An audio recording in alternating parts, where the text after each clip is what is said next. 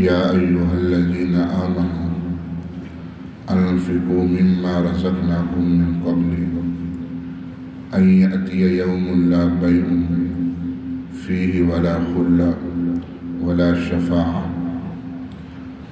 والکافرون هم الظالمون۔ صدق اللہ العظیم۔ اللہم صل علی سیدنا و مولانا محمد وعلی آل سیدنا و مولانا محمد وبارک وسلم۔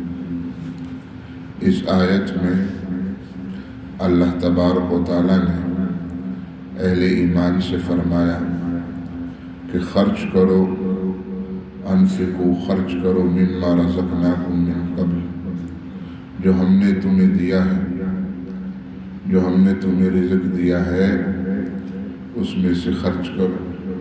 انسان کے پاس جو کچھ بھی ہے وہ اللہ کا ہے، وہ اللہ کا دیا ہوا ہے، چاہے مال کی صورت میں ہے یا اولاد کی صورت میں ہے یا جسم کی صورت میں ہے، سب کچھ اللہ نے دیا ہے۔ اور پھر یہاں فرمایا کہ جو ہم نے تمہیں دیا ہے، رزق دیا ہے، مال دیا ہے، اس میں سے خرچ کرو۔ یہ نہیں فرمایا کہ سارا کا سارا دو، بلکہ فرمایا اس میں سے تھوڑا سا نکالو۔ وہ تو یہ بھی کہہ سکتا تھا مالک کے سب کا سب دے دو۔ ایک بندہ آپ کے پاس رقم رکھوا دیتا ہے، پھر کئی سال بعد کہتا ہے مجھے وہ ساری رقم دے، پھر بندہ خوشی سے دے کہ ناراض ہو کے دے۔ اور خدا نے رقم دی ہے، مال دیا ہے، وہ کہتے اس میں سے کچھ خرچ کر۔ اور جناب رسول اللہ صلی اللہ علیہ وسلم فرمایا کرتے تھے کہ انفق تو خرچ کر، تجھ پر آسمان والا خرچ کرے گا۔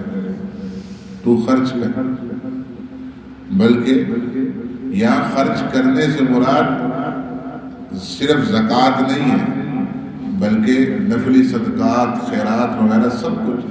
زکوٰۃ تو فرض ہے، وہ تو اللہ کا حق ہے۔ مخصوص مال میں سے مخصوص حصے کو مخصوص افراد کو پہنچانا، اس کا نام زکوٰۃ ہے۔ ایک مخصوص مال ہوتا ہے کہ اتنا اتنا ہو جائے، پھر اس میں سے مخصوص حصہ نکالنا، پھر مخصوص افراد تک پہنچانا کہ یہ افراد ہیں۔ اور صدقہ وغیرہ وہ آپ ہر ایک کو دے سکتے ہیں۔ نبی علیہ الصلوۃ والسلام فرمایا کرتے تھے اتقوا النار ولو بشق تمرہ۔ آپ نے فرمایا آگ سے بچو اگرچہ ایک کھجور کے ٹکڑے کی وجہ سے کیوں نہ ہو۔ نبی علیہ الصلوۃ والسلام کے زمانے میں دو خواتین حضور کے پاس آئی، ان کے ہاتھوں میں کنگن تھے۔ حضور نے فرمایا آپ نے ان کی زکوٰۃ دی؟ فرمایا یا رسول ہم تو ان کی زکوٰۃ نہیں دیتے۔ فرمایا کہ آپ یہ چاہتی ہیں کہ اللہ اس کے بدلے آپ کو آگ کے کنگن پہنائے؟ کہا نہیں۔ فرمایا پھر اس کی زکوٰۃ دو، پھر اس کی زکوٰۃ دو۔ تو اس آیت میں فرمایا انفقوا مما رزقناکم، کہ ہم نے جو تمہیں دیا ہے اس میں سے خرچ کرو، من قبل ان یأتی یوم، فرمایا کہ اس دن کے آنے سے پہلے، اس دن کے قیامت کے دن کے آنے سے پہلے، لا بیع فیہ، جس میں کسی قسم کی خرید و فروخت نہیں ہوگی، جس میں پیسہ کرنسی نہیں چلے گی، فدیہ دے کے جان چھڑا لو، وہ کام نہیں ہوگا، ولا خلہ، وہ ایسا دن ہے کہ جس میں دوستی بھی کام نہیں آتی، بلکہ قرآن کہتا ہے یوم یفر المرء من اخی، اس دن تو بھائی بھائی سے بھاگے گا، بھائی بھائی سے بھاگ رہا ہے، بہن بہن سے بھاگ رہی، میاں بیوی ایک دوسرے سے بھاگ رہے، کہیں مجھ سے کچھ مانگ نہ لے۔